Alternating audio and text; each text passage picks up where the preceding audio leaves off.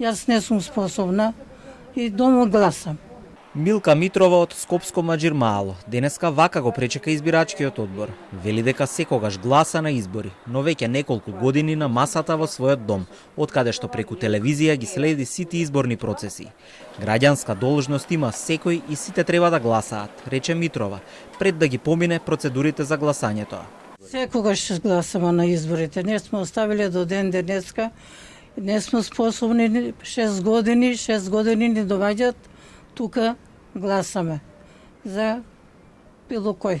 Чекаме да ни направят путните овие стари згради, да направят нови згради, да се преселиме, берем некоја година да поживееме стари години у нови згради да бидеме. Метате ли дека секој треба да гласа кога ќе дојдат изборите? Па треба секој да искоче. Секој човек да искоче, кој што може и кој што не може, дома нека дојдат, еве, како кај мене што доаѓа дома нека дојдат, нека гласаат. Навремено ги подигнавме материјалите од Општинската изборна комисија, го средивме нашето избирачко место и потоа се упативме кон лицето кое што претходно се најавило дека сака да гласа ден претходно секако, бидејќи спаѓа во категорија на болни и изнемоштени лица. Таа е една од 4826 болни или изнемоштени лица кои можат да го остварат своето право на глас во вториот круг од локалните избори во 32 општини и во градот Скопје.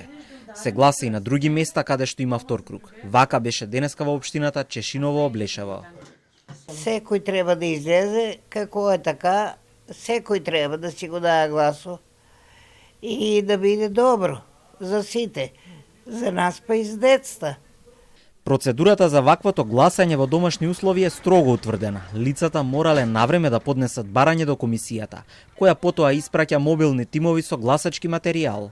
Гласањето се одвива во присуство на членови на избирачкиот одбор, со цел да се обезбеди тајност и регуларност на постапката.